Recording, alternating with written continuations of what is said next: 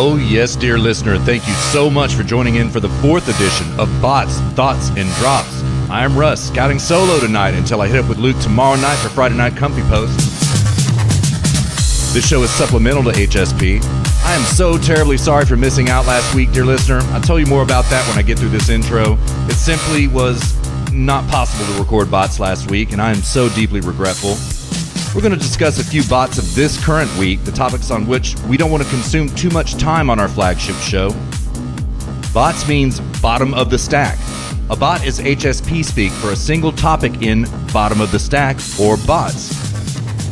As always, I don't want to step on mine and Luke's show prep for HSP number 34, which will most definitely roll this weekend. So if we have to repeat a topic this weekend so that Luke can sound off on it as well, my apologies in advance. Sorry, Luke, I don't mean to step on our show prep.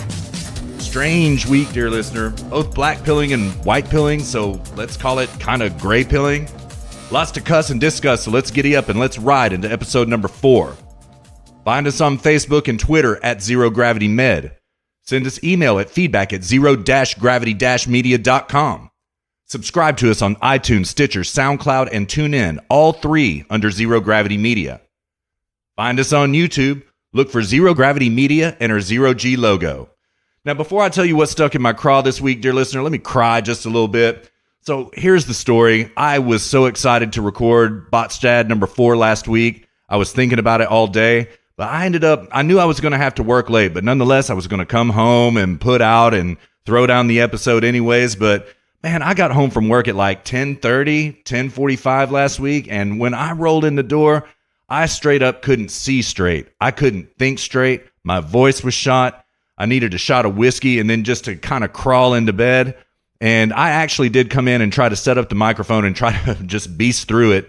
I just wasn't able to do it, and I felt so bad. I probably needed that time off. Luke and I have been hitting it pretty hard. I feel a lot better this week, but I'm a little bit pissed off, dear listener, and I've got some stuff stuck in my craw this week, and I want to talk about the first one. First and foremost, I'm taking a Zero Hedge article that just dropped today from the very top. It goes thus. The title of the article is Trump Punts on Border Closure, Gives Mexico a Year to Stop Flow of Drugs and Immigrants into the U.S. Oh my God.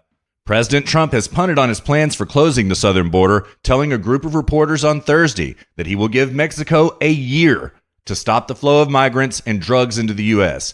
If they fail on either count, Trump will either slap tariffs on Mexican-made cars or close the border entirely. Let's listen to it in the president's own words. It was from a press conference that happened just this afternoon.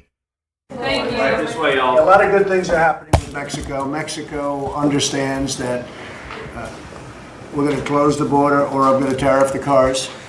I'll do one or the other and probably start off with the tariffs. That'll be a very powerful incentive because Mexico has the strongest immigration laws anywhere in the world. They don't have courts like we do. We have a stupid system of courts. It's the craziest thing in the world. So we need help from Mexico. If Mexico doesn't give the help, that's okay. We're going to tariff their cars coming into the United States. The other thing is because Mexico is such a big source of drugs, unfortunately, now we have China sending fentanyl to Mexico so it can be delivered into the United States. It's not acceptable. So the second aspect of it is, which you haven't heard before, is that if the drugs don't stop, Mexico can stop them if they want. We're going to tariff the cars. The cars are very big. And if that doesn't work, we're going to close the border. All right, the president does go on to detail in that speech how important border security is to him, how it's the most important agenda item he has. It is even more important to him than the USMCA, the trade agreement in the North American hemisphere or in the North American continent. Listen, dear listener, let me be very measured and careful with my words right now, okay? I was really pissed off when this happened today. I texted a bunch of dear listeners and a bunch of future dear listeners about how pissed off I was to this effect, and everybody seems kind of pissed off and a little bit taken aback. After all of that winning that we had last week, I did not expect it to go down this way with this border decision today. I expected that the border would be shut down, and I thought that was the proper course of action, but it seems that the business groups, the Business Association, the Chamber of Commerce, it seems that they got in the president's ear. Probably some of the president's advisors got into his ear, which I'm now convinced, as I was telling one dear listener today, He has the worst advisors in political history ever, okay? If they advised him to not shut down the border and make this move, he has all the political capital and the winds at his back right now, and this was the time to make a move, and he said he was going to do it, and then he failed, okay? Last week was nothing but winning, okay? Luke and I always say in these hallowed halls that we are going to praise the president when he does right, okay? We are also going to criticize the president when he does wrong, and you, Mr. President, respectfully, you screwed up bigly today. You screwed up bigly. And I'm going to detail for you, Mr. President, exactly how you did it as if you haven't heard it already, because I scoped out your Twitter and what people were tweeting at you after you made that disastrous decision. But before I get into all this, I've got to point out, like, dear listener, what I find really interesting about this is that as of 9:41 p.m. on Thursday, April 4th, I have found one article about this, and that was the Zero Hedge piece I just wrote to you. No word on Breitbart, Daily Caller, Gateway Pundit. Nowhere was anybody discussing this decision that was made. Lou Dobbs on his show tonight made sort of a mention of it, but he did not get in the president's craw like I'm about to do right now, because it has to be done. That's why Luke and I criticize the president when he messes up, because, listen, we criticize our own fellow travelers in Grab Bag Special. That's the entire purpose of the Grab Bag Special segment, is to make our own people better. And I'm shocked and alarmed by how the news media is not criticizing the president for this disastrous decision. And so I'm going to take it upon my shoulders myself. I have a feeling that this may be the topic that we end up having to repeat for tomorrow, because I bet Luke is going to have something to say about this as well. And let me tell you exactly why this is a disaster. Because I take that back. There was a Breitbart piece about it, but it never made the front page of Breitbart. You kind of had to dig for it, right? It was up there in the banner clickables, right? And that was the only mention there on Breitbart. Well, the comments were unanimously incensed. And they weren't just incensed. They were like, I'm sitting out 2020. The Zero Hedge article was the same. It had like 500 comments on that article. Yeah, that's it. I'm done. I'm not voting ever again. I'm not going to be taken in by this bullshit political process anymore. You know, Trump is just another globalist Zionist. Extremely black-pilled constituents, Mr. President. These are not liberals. These are not trolls. Believe me, I can tell by the authenticity of their fire that they are just as upset about this as I am. So you have done major damage to your own constituency today, Mr. President. And you're going to have to find a way to make that up. And you had all the political capital in your pocket after the Russia gate concluding, even though it didn't really conclude. And we're going to talk about that here just for a little bit, right? But man, Mr. President, this was perhaps, besides you signing those spending bills, this is perhaps the biggest unforced error I've seen you make in your administration. And you have got to do better. There is one reason that you were elected, and that was to stop this bullshit from going on the border, right? You yourself coined the term humanitarian crisis, and it is. You convinced me, right? But more than that, it is a complete and total disaster for our country by your own rhetoric, Mr. President. By your own rhetoric. You're the one talking about how disastrous this immigration system is for us, right? Luke and I have been ride or die with you since June of 2015 when you descended the gilded escalator with Melania. You gave the greatest political speech, most honest political speech we had ever heard in our time. And since that moment, Luke and I have pretty much been in your back pocket and ride or die for you. And you let us down today, Mr. President. You let the HSP boys down today. Not to mention everybody who listens to this show, if I may be so presumptuous as to speak for you, dear listener. So I don't know what to say about this. You know, I do understand that there is a lot of information about this that we probably don't know, right?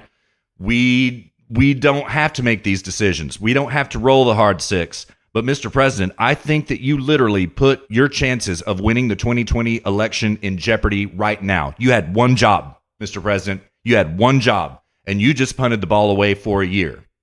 So meanwhile, what's going to happen in this next year? Okay, well, let's put it this way. 78,000 migrants detained in the month of February of this year, 2019 alone. Over 100,000 detained in March alone. That's 178,000 in 2 months. You notice there's an uptick going on right here. That's damn near a 25% increase in illegal immigrants obtained at the border month over month. Now, keep in mind, these are only the ones that we caught, okay? These are the only ones that went up to Border Patrol and said, hey, I want asylum, right? Falsely, right? They're not looking for asylum. They're looking for a free ride. They're looking for meal tickets into the United States. That's all they care about, right? a better life, right? They don't give a damn about this country, and they don't give a damn about coming here to work to improve this country, and they don't give a damn about asylum. These are all false claims, every single one of them. And, oh, man. So I'm getting a little bit riled up. And let me take a sip of beer here real quick. I did get a beer because I knew I was going to get heated in this bit. But let's assume that the current level of March illegal immigration stays, okay?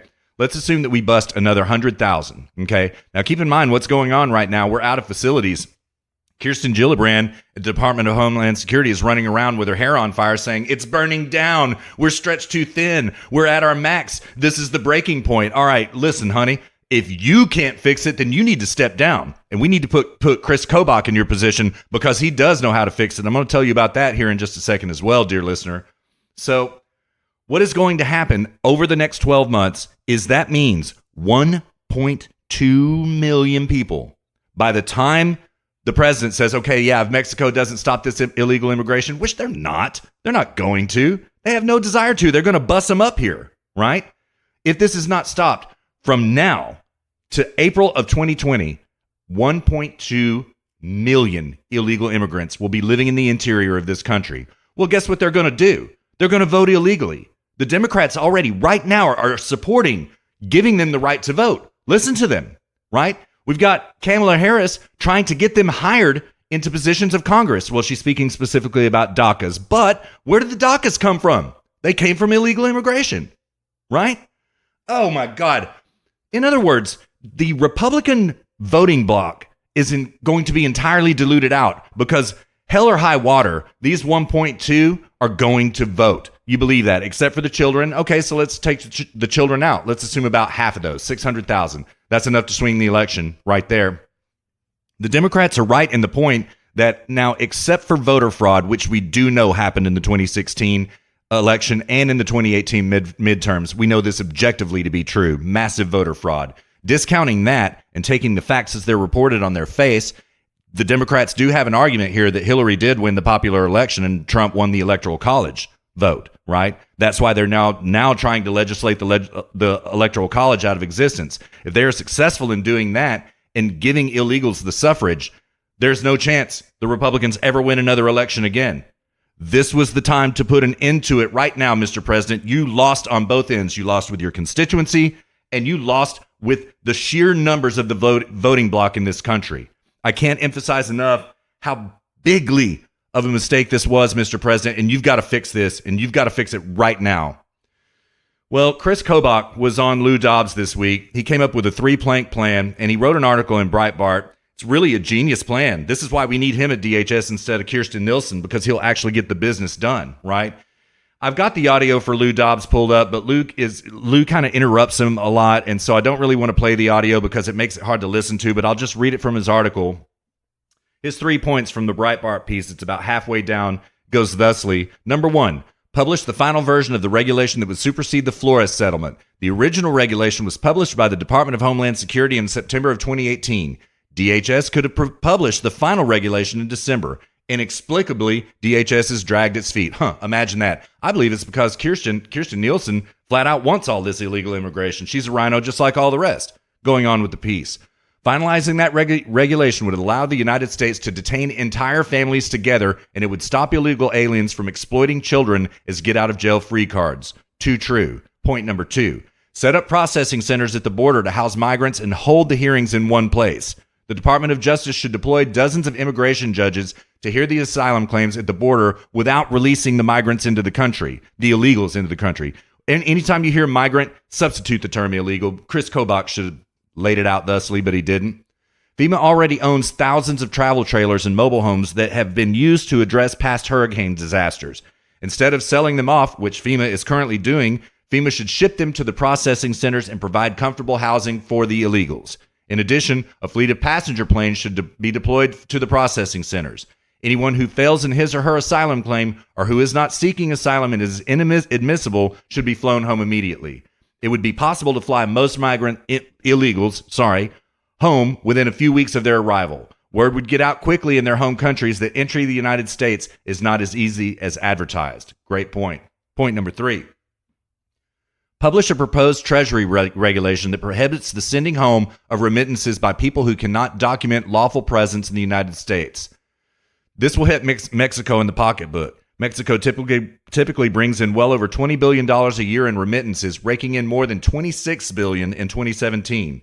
Then tell the government of Mexico that we will finalize the Treasury regulation unless they do two things and help us address the border crisis. Number one, Mexico immediately signs a, quote, safe third country agreement similar to our agreement with Canada. This would require asylum applicants to file their asylum applications in the first safe country they set foot in. This is very true. Number two, Mexico chips in $5 billion to help us build the wall. The threat of ending remittances from illegal aliens is a far more powerful threat than threatening to close the border. Ending such remittances doesn't hurt the U.S. economy. Indeed, it helps the economy by making it more likely that capital will be spent and circulate within our own country. There you go. 3-point solution. It's easy. And this is quite simply everything the HSP boys have been saying in these hallowed halls since probably episode number 2 or something like that. Chris Kobach for DHS secretary. And also there is a word around the campfire that Trump is thinking about setting up an immigration czar, a person in charge of regulating immigration that would not supersede DHS, but it would be the czar, the contact point for immigration. Well, Chris Kobach is sitting around. He lost his election. This is a perfect time to utilize him. I would actually prefer him to fill in, to replace Kirstjen Nielsen as the Secretary of DHS. Okay. Now, I've got a couple of clips from a really obnoxious piece that I saw on Tucker Carlson last night. This guy's name is Juan something or other. He is the immigration authority for the state of Guanajuato in Mexico. And I'm going to play 2 drops. They go thus. Are friendly. But the Mexican government is clearly hostile to American interests. I want to read 3 quotes from a Mexican government official, and these are direct quotes. We are betting Mexican Americans will think Mexico first, even unto the 7th generation. Mexican immigrants to the United States are, quote, going to keep one foot in Mexico. They are not going to assimilate in the sense of not being Mexican. And final quote. We have recognized that the Mexican population is 100 million in Mexico and 23 million who live in the United States. We are a united nation. Those quotes are from you. I wonder if a government takes that position, that it's sending foreign nationals into your really country. Familiar. Yeah, that's right. That's a hostile act. So why are we sending money to a country committing hostile acts against us? No, it's not, my friend. No, it's not. No, it's not a hostile act at all. What is it exactly? The United States and Mexico are friends. They are partners. No, I had mentioned, and I think that's a quote from about 15 years ago. Right. Has Tucker, your position you still changed? Look the same as you did back then, and I hope I haven't gotten too old either. No, we've been talking about this for about 15 years. That is true. The Fox administration, right? But but has your position changed? That's the problem, my friend. That here we are, 15 years, maybe more. And the situation at the border, the immigration system in the United States is still broken. I remember See that? You catch it right there? It's the United States' fault. It's the fault of the United States. Broken immigration in the United States. It's always the United States' fault, right? And this smarmy son of a bitch, dear listener, if you didn't see this clip for yourself, I highly recommend that you go and look it up on YouTube. It's the second segment on Tucker Carlson on 4/3/19. That was on Wednesday night. This son of a bitch, smarmy as hell, just sitting there smiling, laughing at Tucker's face, talking over him on his own show, filibustering his points, never answering the question. It's disgusting. It's absolutely disgusting. And if I may suggest, absolutely 100% indicative of what that entire country feels toward our country. We're not their friends. They're not our friends. They sit here and laugh at us. They're overrunning us. They're invading us, and they know it. Let's jump forward in time a little bit, and let's play clip number 2. Here it comes. Wait a second. Wait. But I'm confused. I'm confused. Wait, that sounds, first of all, wrong with them. No, actually, it sounds a little racist to me by the standards that you have explained. So you have these very good people. Wait, hold on. No. And you let them stay for a year on work permits. Why not let them do what we do? Hold on. Why not let them stay forever and vote in your elections, but remain Guatemalans and Hondurans unto the 7th generation, as you said about your own people, about Mexican citizens? Why not let them do that and stay forever? And they could maybe account for like a third of your population after 100 years. Why would that be bad? Why are you kicking them out after a year? These are individuals that are escaping hunger, that are escaping violence. Why not let them stay? There are about 250 million people around the world that are migrating, looking for a better life. These individuals have chosen these good people. These are not bad people. Then These why are not are you? criminals. Hold on, They please are answer my asking question. the Look, United I States get for it. asylum. But now, why the not? United States Why don't can you decide get? whether Why, it wants to well, or not. Slow down. So, They're some in days- Mexico. You allowed them over your border. Simple question. Why are you kicking them out? They're good people who just want to work. Why aren't you taking advantage of that? Mexico today, if you look at the last, I think it's 6 years, if you look at the numbers, Mexico has now deported more people to Central America I know, it's than the just wrong. United States It's has. just- then the it's- numbers have diminished and diminished So and they're good diminished. people, but Let's you're look at those deporting numbers. them. The next time we're on, we'll All right, discuss them. okay. No, but the immigrants going to the United States have diminished.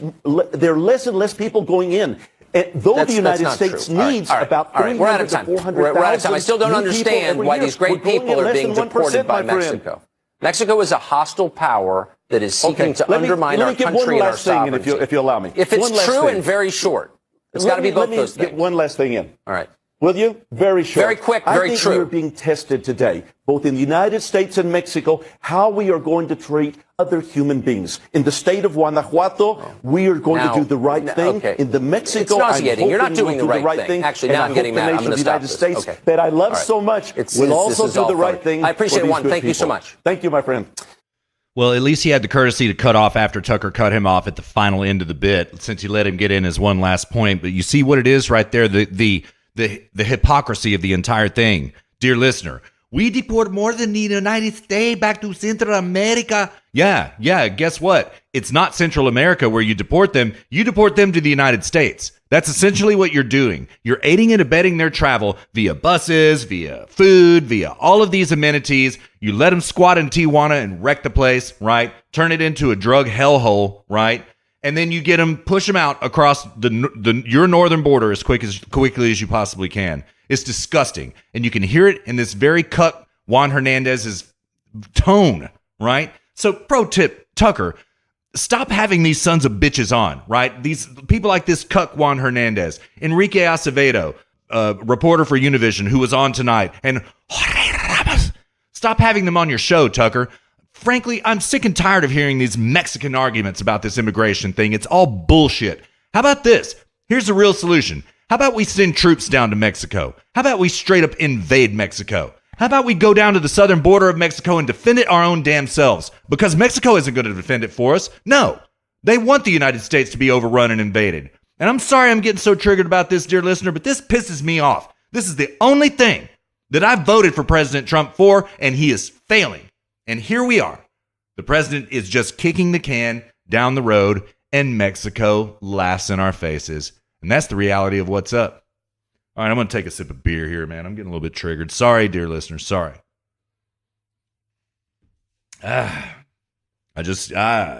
Anyway, that's enough about that. So I want to talk a little bit about creepy Uncle Joe Biden here. It's pretty funny what's going on. Now, I don't want to talk about all this touchy-feely stuff because, frankly, this is old news. This has been memed out and spammed out since about, 2011 or something like that. The inappropriate ways he touches all these little girls and smells women's hair and all that kind of stuff. And I don't know, he's got people white knighting for him on the left, but, it really seems like he's being slaughtered on the left by his own party. It seems like somebody wants him out really bad. There have been rumors circulating that it's Bernie Sanders himself who's bringing up all this dirt covertly, but, meanwhile, Uncle Bernie's just sitting there, I didn't say nothing. I'm over here busy creating my revolution. I bear no ill will to Joe Biden. And this is really his attitude about this whole thing, right? But there's a lot of scuttlebutt that it's Uncle Bernie that's doing all this stuff. But I don't even really want to talk about it because, again, it's old news, right? What I want to talk about right now is the real story going on with Joe Biden. And man, Joe Biden is in some hot water right now, and nobody's really talking about it the right way. There was a piece that dropped by John Solomon on the Hill. It dropped on Tuesday of this past week. I'm going to read the first article I'm going to read the article from the top. It says the title is Joe Biden's 2020 Ukrainian Nightmare. A closed probe is revived. Paragraph 1. 2 years after leaving office, Joe Biden couldn't resist the temptation last year to brag to an audience of foreign policy specialists about the time as vice president that he strong-armed Ukraine into firing its top prosecutor. I'm going to play that audio right now. This is pretty shocking stuff. Here it is. I was not but it just happened to be that was the assignment I got. I got all the good ones, so I got Ukraine, and I remember going over convincing our team or others to convincing us that we should be providing for loan guarantees, and I went over, I guess the 12th, 13th time to Kyiv, and I was supposed to announce that there was another $1 billion loan guarantee. And I had gotten a commitment from Poroshenko and from Yatsenyuk that they would take action against the state prosecutor, and they didn't. So they said they were walking out to press conference. I said, no, I'm not going to, or we're not going to give you the $1 billion. They said, you have no authority. You're not the president. The president said. I said, call him. I said, I'm telling you, you're not getting the $1 billion. I said, you're not getting the $1 billion. I'm going to be leaving here. And I think it was, 6 hours? I said, I'm leaving in 6 hours. If the prosecutor's not fired, you're not getting the money. Well, son of a bitch. Got fired. And they put in place someone who was solid. And son of a bitch, he got fired. Now listen to what's going on here as Uncle Joe is sitting here preening about how he cost somebody his job. He flexed United States military might in the exchange for a $1.8 billion loan guarantee. You have to fire this prosecutor. There's a lot to this story that creepy Uncle Joe left out. I'm going to skip about a third of the way through the piece. And for John Solomon, who's usually very economical with his words, this was a pretty long piece. So a couple paragraphs down, it goes thus.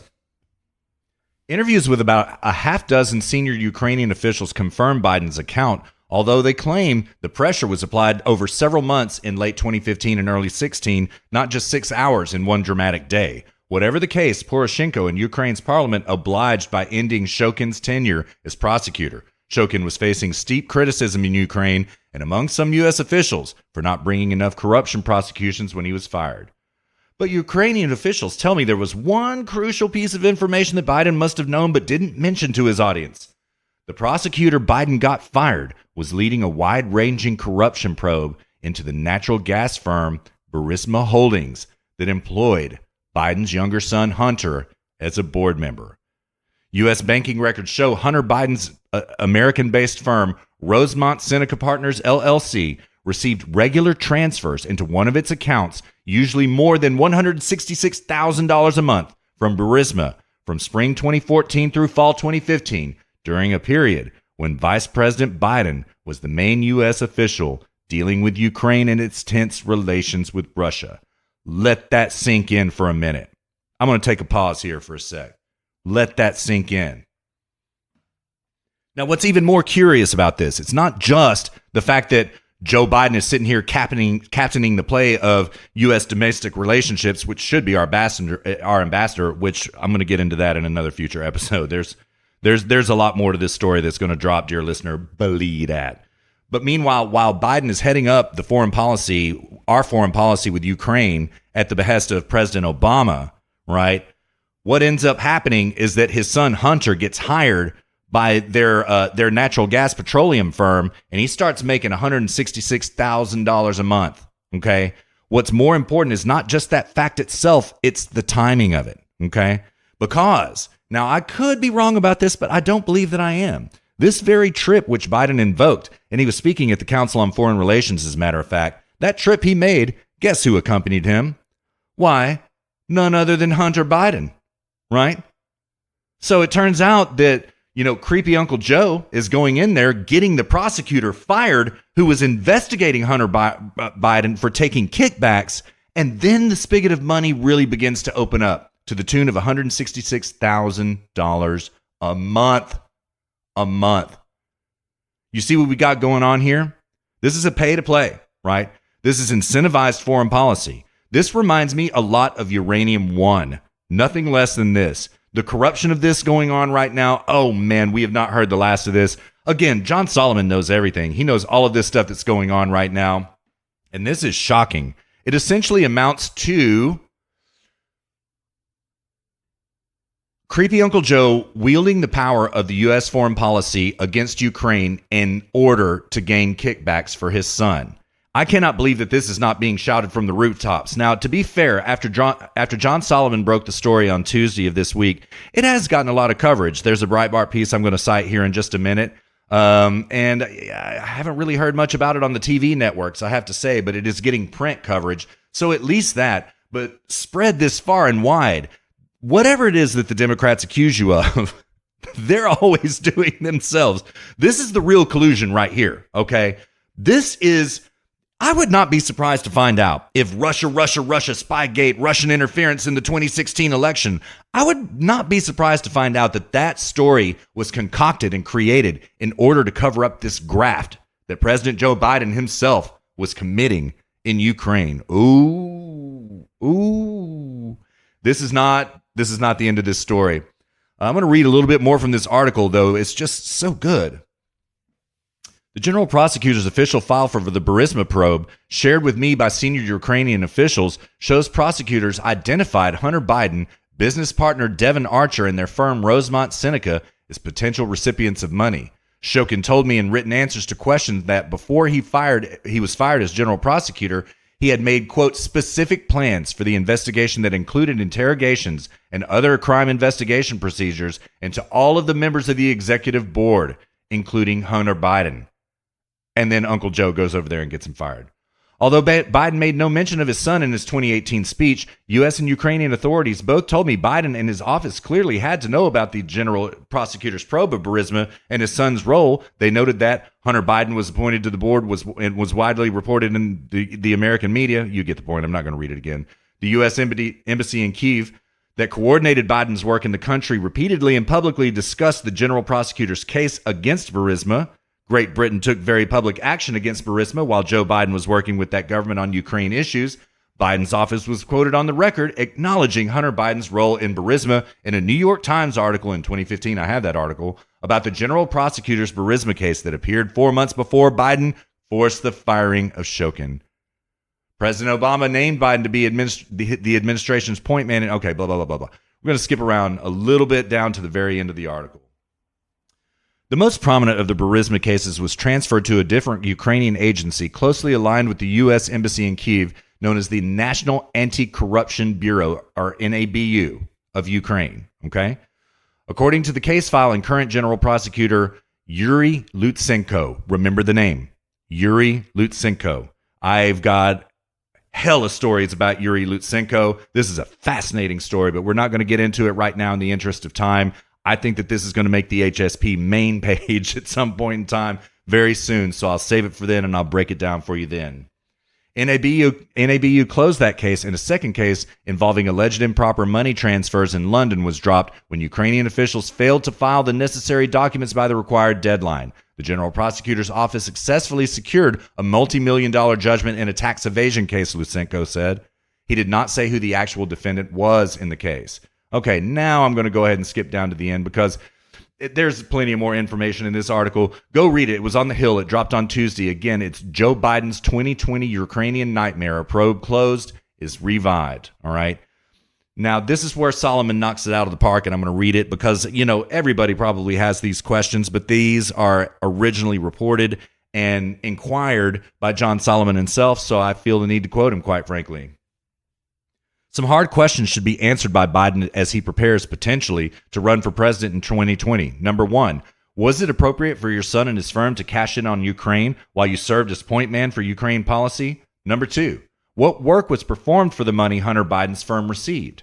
Number three, did you know about the Burisma probe? Of course he did. We already answered that question. Number four, and when it was publicly announced that your son worked for Burisma, should you have recused yourself from leveraging a U.S. policy to pressure the prosecutor who very, very publicly pursued Burisma? Well said, Mr. Solomon, well reported. Inquiring minds do indeed want to know. Well, none other than Peter Schweitzer jumped into the mix on this, and this piece dropped just yesterday on Wednesday. I'm reading from a Breitbart piece, which is a transcript from a Breitbart podcast, which Schweitzer was hosted on. I can't remember which podcast is on, but it was good. It was really good, but I'm just going to go ahead and read it in the interest of time. Taking it from the third paragraph down. Schweitzer said, I think a deeper problem that Joe Biden faces, as has been reported on Breitbart and reported at The Hill today, which I think is far deeper, is that the fact that his family, particularly his son, cashed in while he was vice president of the United States. Skipping down a few paragraphs. Shokin told me in written answers to questions that before he was fired as general prosecutor, okay, I already read that. That's the Solomon piece. Okay. I'm going to go back to quoting Schweitzer now. We've talked before about the deals he procured with the government of China, remembered Schweitzer. The other place Joe Biden's son, Hunter Biden, procured a big deal was in Ukraine. Okay, yeah, so in other words, we have a trail going on here, okay?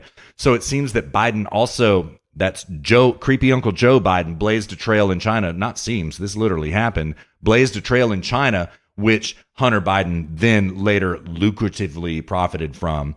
Then it happened again in Ukraine, and this is what Schweitzer is talking about right now. The other place Joe Biden's son, Hunter Biden, procured a big deal was in Ukraine. In Ukraine, it involved an energy company called Burisma, which is a very corrupt organization headed by an oligarch named Mykola Zlochevsky, who is very close to Viktor Yanukovych, the pro-Russian leader.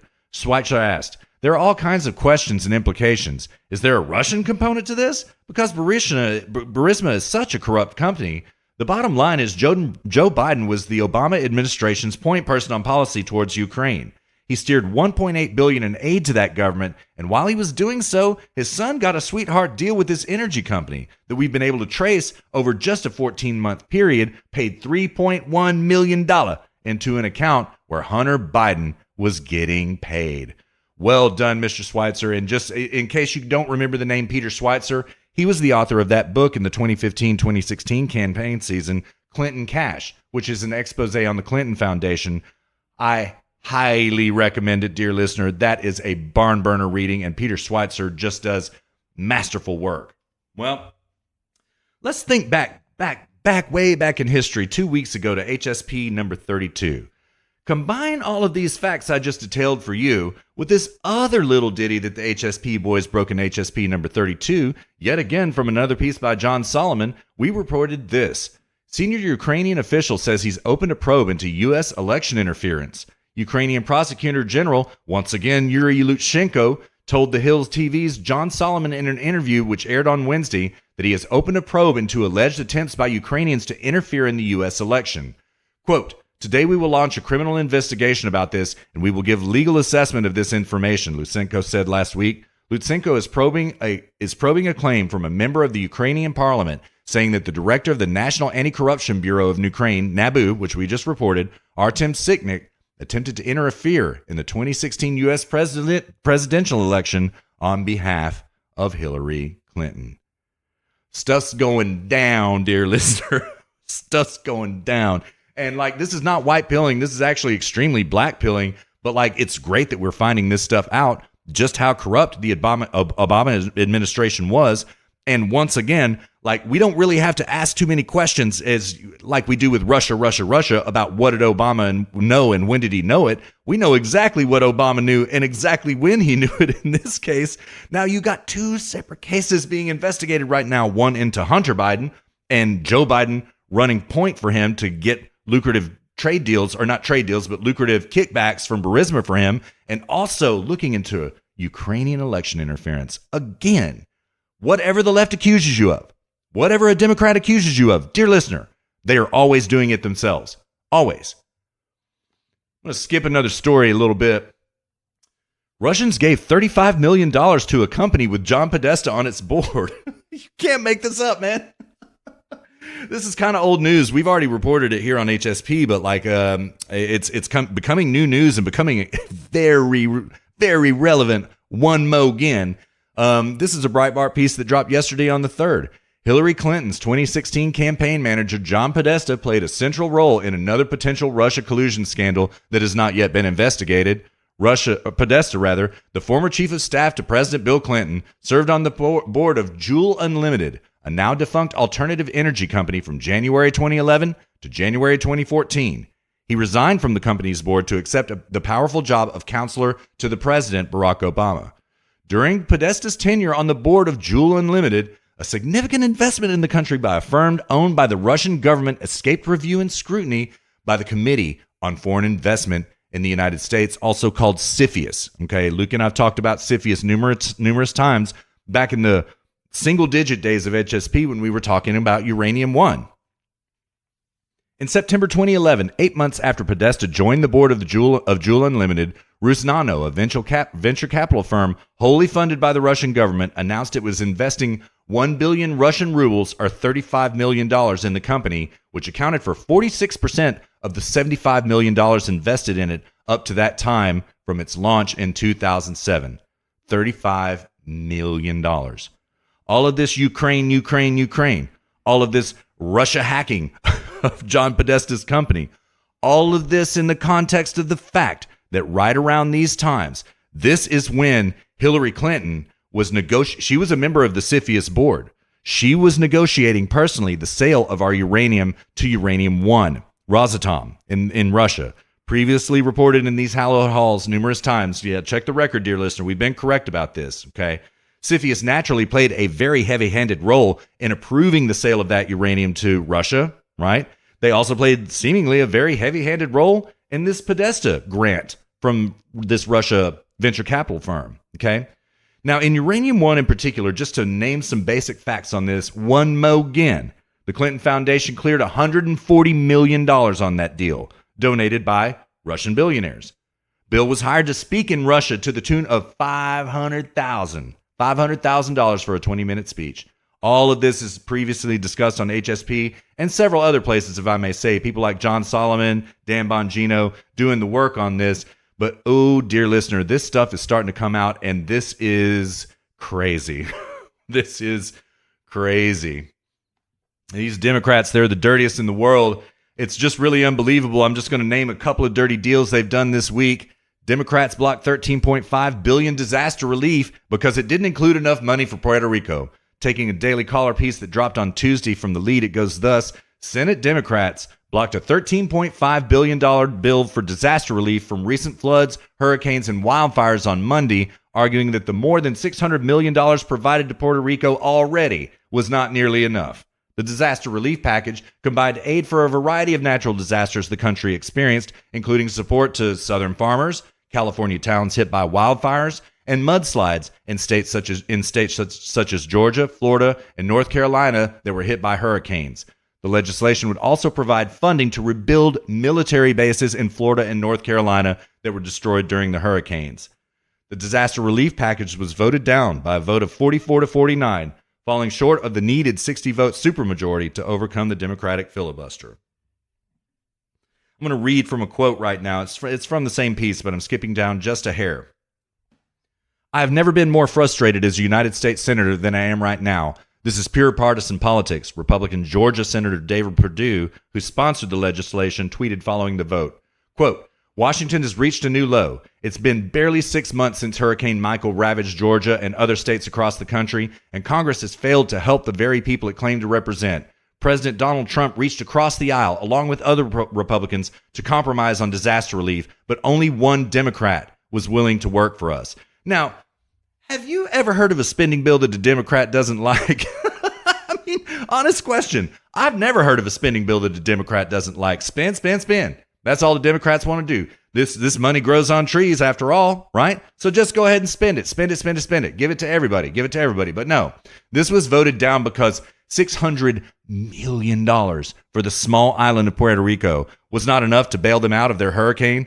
Like, we sent them all this food. We sent them all this money. That government is so corrupt. Dear listener, all of that aid we sent them literally sat there on the tarmac. They threw it on the tarmac. The food spoiled. The water evaporated. I'm not kidding, right? Like, so many I also hear testimony about so many Puerto Ricans have left Puerto Rico that they are to come to the United States, that there's no volunteer help there. Like, so you send all of this aid, send all of this aid, send all of this aid. What ends up happening is that government officials there take their little cut of it themselves, right? Take the money, hide it behind their backs, and run away from the scene. And then there's nobody there to actually do the boots on the ground labor about actually handing out aid to people. There are no Puerto Ricans left in that country anymore. They're all here, right? So I got a simple solution for this. You know what? I say this.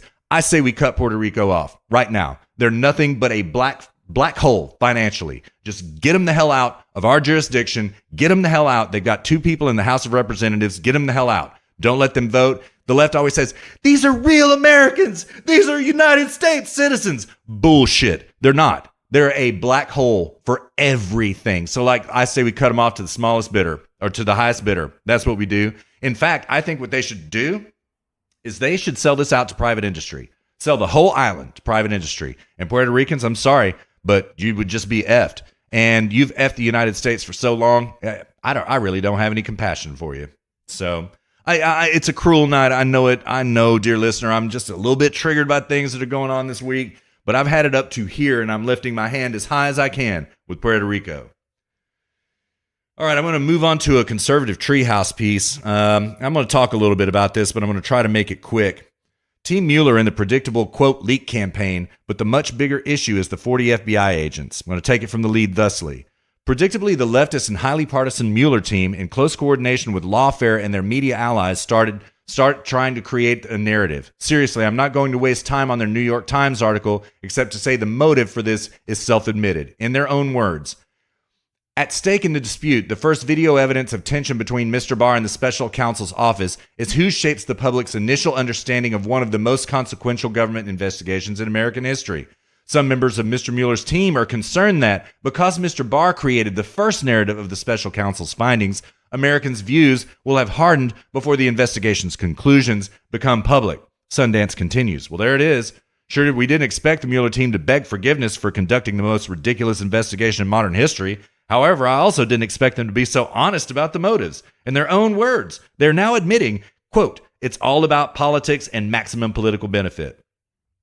Despite the proclaimed reason for the investigation, the greatest concern amid the Mueller team is not whether Russia interfered in our 2016 election, but rather who gets to shape the political narrative that comes after 3 years of weaponized intelligence ops. This is a brilliant piece, and it's a pretty short read. And so I would highly recommend it. It's at Conservative Treehouse. It dropped today. Team Mueller and the predictable, quote, leak campaign. So what's basically going on right now is, the Mueller probe is leaking. Team Mueller is leaking, and they always have leaked, and they continue to leak. And what they did today is went to the New York Times and the Washington Post saying, you know what, really, we're just really concerned because we think that the way that Bill Barr summarized this report was a little bit too simplistic because there really are some really damning things in there about President Trump. I mean, really, really, really, oh my God, and it's not seeing the light of day. And so what's happening right now, Jerry Nadler is trying to get the entire unredacted Mueller report. Will he be successful in that?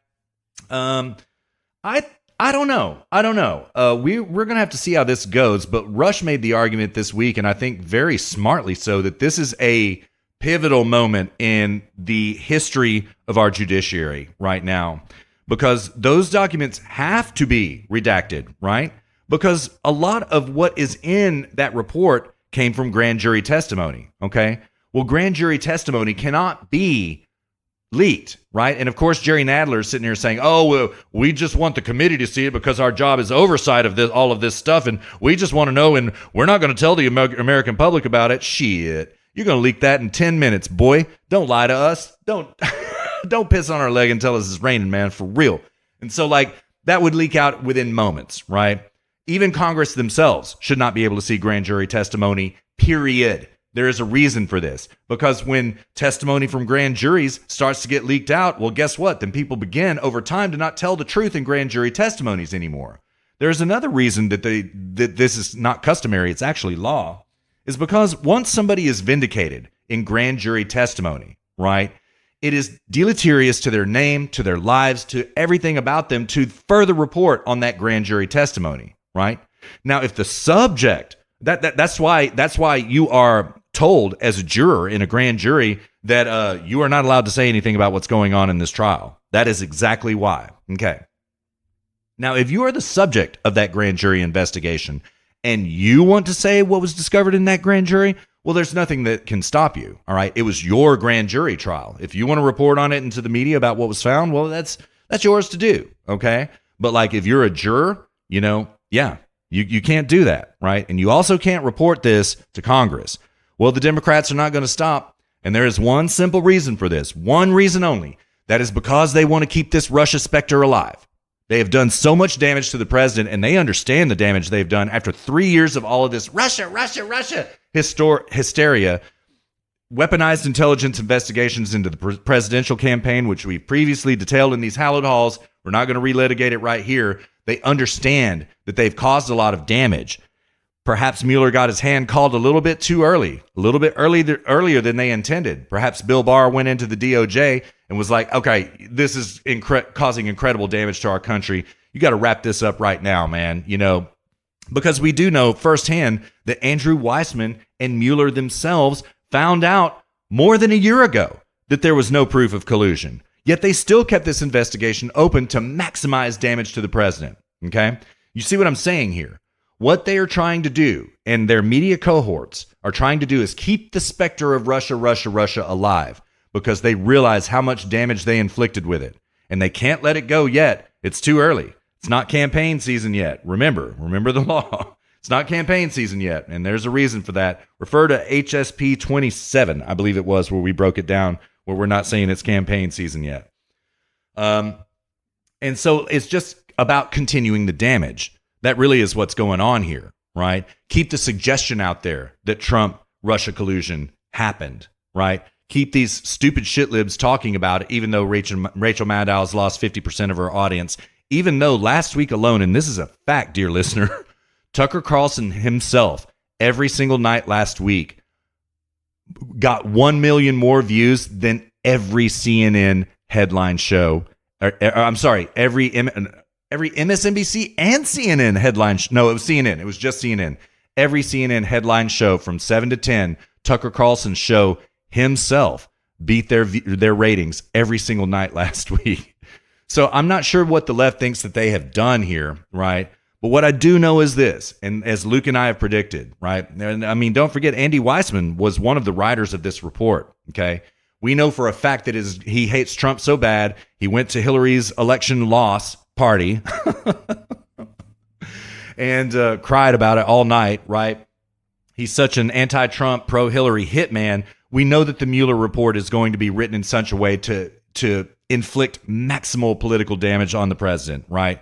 So we know that it's going to be cherry picked. It's going to be picked over. They did say this in the report. Oh yeah, that's indicative of blah blah blah blah blah. And so yeah, we know it's coming, right? We already know it's coming. So what the media and now Robert Mueller's team himself, by leaking to the media themselves, are coordinating with this effort to keep this alive and to inflict this damage on the president.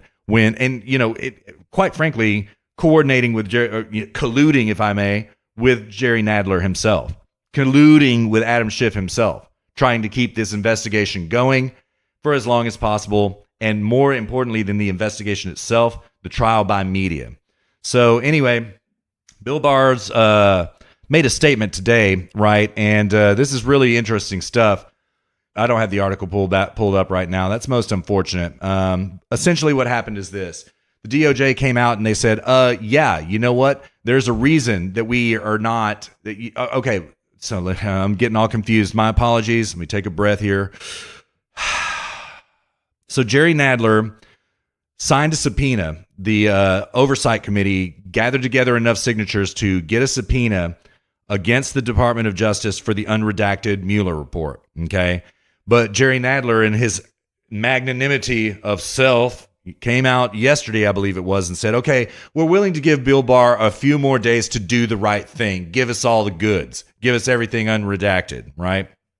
Well, Bill Barr came out and said, a spokesperson for him came out and said, yeah, there's a reason we gave a summary of it. It's because every single page was marked with a stamp saying that this was protected information, because it is protected information, and we're not going to give you unprotected information just because you subpoena us. An interesting moment is shaping up right now, and everybody's trying to cut Bill Barr, dirty him up, call him listen to now that I've told you this, and Luke and I already said this. Listen to how many times you hear handpicked attorney general by Adam Schiff, Jerry Nadler, every Eric Swalwell, all of those crazy Democrats in the House, right? And the media itself, handpicked attorney general. Again, this is a stupid point because, yes, the attorney general is handpicked. Every single attorney general has been handpicked and then approved by the Senate, right? So what they're trying to do is suggest that Bill Barr is working on behalf of Trump, that he's an insider, that he's Trump's man. And he's trying to redact these documents as quickly as possible so that Jerry Nadler and Adam Schiff in the House Oversight Committee and House Investigative Committee can't see the real truth, right? Well, I think that there are actually going to be pretty slim redactions. I expect that sources and methods and grand jury testimony are going to be the only things that are redacted. But keep in mind, there has been one position held by President Trump from heretofore. He was like, well, listen, it's the Attorney General's decision. It's not my decision. I want to get out of it, but sure, give him the whole thing. I don't care. There was no Russia collusion. Give it to him, right? So we're aiming up for a fight here, and the president on this, unlike immigration and anything else, has remained consistent. Now, I want to close it out with a really interesting story this week about this one Yujing Zhang. All right, have y'all heard about this? All right, so what happened is that when the president was at Mar-a-Lago last weekend, there was this gal who sneaked into Mar-a-Lago, right? And she got busted, and she got taken downtown. And the basic gestalt I'm going to read from a Fox News piece. All right, you got to keep in mind, Mar-a-Lago is a club. It's not just Trump's private resort. It's not his house, right? It's like a golf club, a swimming club, a sunbathing club, I assume, like a private exclusive club, right? People have memberships to this club, right? So Zhang got in through the first front door, through the first checkpoint, saying that she was from some Chinese United Nations Chinese American Association, and that she was here coming in advance to take pictures because she was going to be hosting an event there, right? And so then she got approached by Secret Service, right? And Secret Service approached her, and they were like, "Yo, I mean, what are you doing rolling around up in here?" And she was like, "Oh, you know what? I'm just here to swim, blah, blah, blah. I'm here to do this," right? So she's conflicting herself from checkpoint to checkpoint, right? All the while trying to act like she doesn't speak such great Chinese, okay? Well, it turns out that when she got busted, Secret Service was finally like, "Okay, you know what? You're going downtown. You're saying that you're just here to swim. Where's your swimsuit?" Well, she didn't have one. They took her downtown. They searched her stuff. She had a laptop computer, a thumb drive containing malware, 2 passports, 4 cell phones, and there was something else in there.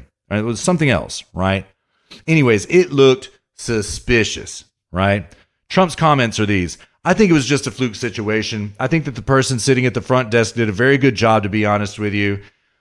Did a very good job, was able to see things that other people were not, due to a potential language barrier issue, blah, blah, blah, blah, blah." Trump said all that stuff. Okay, well, this is what I want to let you know about. Let's read the catch-up on this. There's an article that dropped today on Fox News. It says this: China says it has been informed of the arrest of a Chinese woman at President Donald Trump's Mar-a-Lago club over the weekend and is providing her with consular services. That means legal support.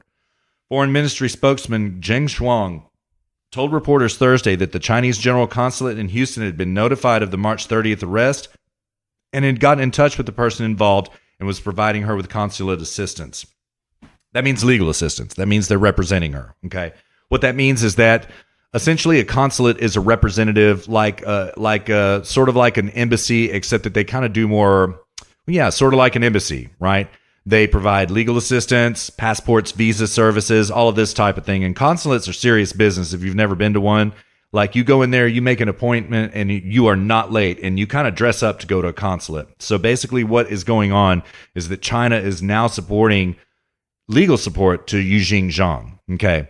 Now, I think this is nothing but suspicious. Okay. You've got nothing but gear on you. You say that you're here to take pictures. You got no camera. You say that, "Oh, I'm just here to swim." Got no swimsuit. You got malware.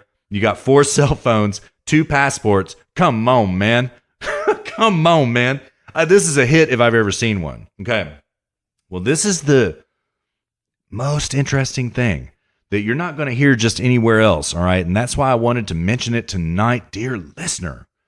It turns out that this went viral. Okay, nobody's reporting it in the mainstream media at all. You may not have heard of this story yourself, but they heard about it on the Chans, on 8chan and 4chan, and they started looking into Yujing Zhang, right? And a lot of biographical facts started coming out about her very quickly, including one that is that there is a Yujing Zhang with the same middle name as well, of the same age, who works at Google. I'm serious. I've seen the proof of it myself. It was a screen cap, so like I can't show it to you. But yes, Google has an employee of the exact same name and age as this woman who was busted in Mar-a-Lago that now China is trying to represent and get out of trouble. Now, is it a coincidence? Yeah, maybe, probably, actually. I mean, the evidence that I've seen is only circumstantial, right? But it does beg the question, and it is a worthwhile question. And the Secret Service, believe this, they will get to the bottom of this. They'll pass this over to the FBI. We trust them so much. Yeah, who better than the FBI to investigate this, right, dear listener, right? They will hand this over to the FBI if this is out of Secret Service jurisdiction, which Secret Service's job is to protect the president. That's it, right? But if they find evidence of the fact that, oh man, God, she's got all this Google stuff on her computer, like a lot of Google Insider stuff on her computer, like it kind of looks like she's hooked up with Google, this will go to the FBI for an investigation. And, I'm just planting the seed. I'm not saying anything. I'm just saying that if it probably is a coincidence, it's circumstantial evidence. But if it is a coincidence, it is one hell of a coincidence. I've never heard the name Yu Xingzhang, right? I've heard plenty of Chinese names. Believe this, right? But what's more indicative is that the middle names match and the ages match, okay?